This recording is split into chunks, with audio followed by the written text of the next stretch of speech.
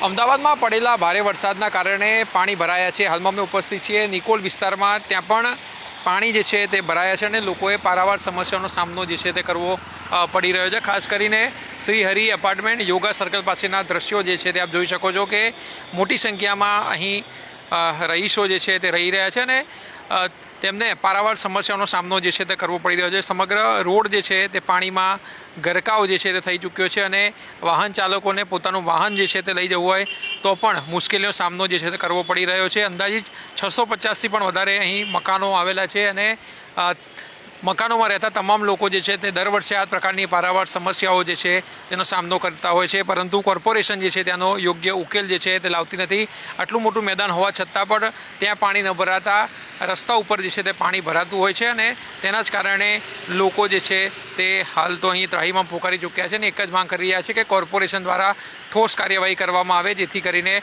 આ પ્રકારની સમસ્યાઓથી તેમને રાહત મળે। કેમેરામેન નરેશ બુટિયા સાથે આશુતોષ ઉપાધ્યાય, ન્યૂઝ કેપિટલ, અમદાવાદ।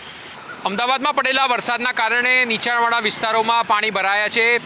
નિકોલ વિસ્તારમાં આવેલ મધુવન ગ્લોરીની આસપાસ પણ એટલું પાણી ભરાયું છે કે લોકો જે છે તે બહાર પણ નીકળી શકતા નથી અને રહીશોનો આક્ષેપ છે કે દર વર્ષે આ પ્રકારની સમસ્યાઓનો સામનો જે છે તેઓ કરી રહ્યા છે, કારણ કે દર વર્ષે અહીં જ્યારે વરસાદ પડે છે ત્યારે આસપાસમાં પાણી ભરાય છે। મેઇન રોડ ઉપર પણ પાણી જે છે તે ભરાયા છે અને સોસાયટીની અંદર આવવું પણ જે છે તે મુશ્કેલ થઈ પડ્યું છે। કોર્પોરેશનમાં અનેક રજૂઆતો કરવામાં આવી હોવા છતાં પણ કોઈ પણ પ્રકારના પગલાં અમદાવાદ મ્યુનિસિપલ કોર્પોરેશન દ્વારા લેવામાં આવ્યા નથી। પમ્પિંગ સ્ટેશન બહાર મૂકવામાં આવ્યું છે પરંતુ ચાલુ જે છે તે હજુ સુધી નથી કરવામાં આવ્યું અને રહીશો એક જ માંગ કરી રહ્યા છે કે અહીં યોગ્ય નિવેડો જે છે તે લાવવામાં આવે। કોર્પોરેશન દ્વારા દર વર્ષે આ પ્રકારથી પમ્પિંગ જે છે તે લાવીને મૂકી દેવામાં આવે છે, પરંતુ પાણીનો નિકાલ જે છે તે થતાં કલાકો નીકળી જતા હોય છે। હાલમાં પણ પમ્પિંગ સ્ટેશન મૂકવામાં તો આવ્યું છે પરંતુ ચાલુ જે છે તે કરવામાં નથી આવ્યું।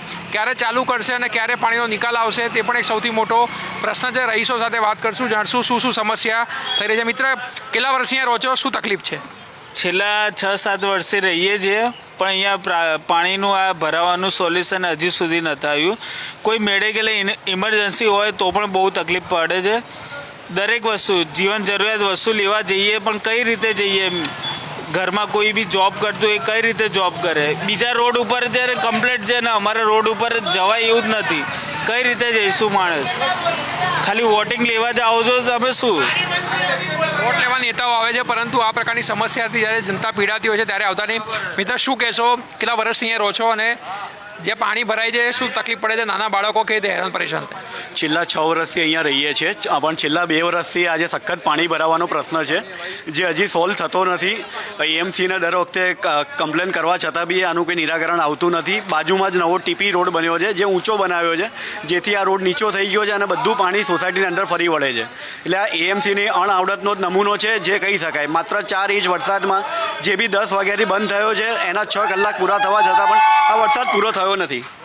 તો પાણી જે છે તે ભરાયું છે। મિત્ર, શું કહેશો, કેટલી તકલીફ પડે બહાર આવવા જવા માટે? અરે બહુ તકલીફ પડે સાહેબ, કેમ કે અહીંયા આમે જો તમે કવરેજ કે ત્યાં કરો તો કવરેજ ત્યાં કરો, આ સામે દોરીને આવે છે એક્ટિવા બંધ પડી ગયું છે। આવી લોકોને આવવા જવામાં, છોકરાઓને ટ્યુશન જવામાં બહુ તકલીફ પડે છે।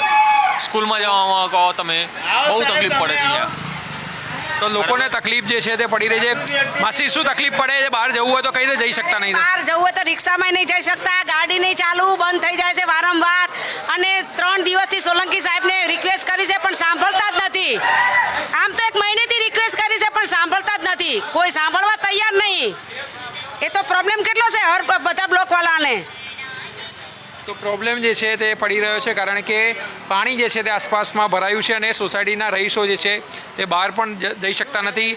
એક જ માંગ છે કે કોર્પોરેશન તેનો યોગ્ય નિવેડો જે છે તે લાવે, કારણ કે કરોડો રૂપિયાનો ટેક્સ અમદાવાદના શહેરીજનો ભરે છે ત્યારે એ આશા પણ રાખે છે કે તેમને જીવન જીવવા જે છે વ્યવસ્થિત જે છે તે ચીજવસ્તુઓ મળી રહે અને બેટર લિવિંગ મળી રહે। કેમેરામેન નરેશ બુટિયા સાથે આશુતોષ ઉપાધ્યાય, ન્યૂઝ કેપિટલ, અમદાવાદ।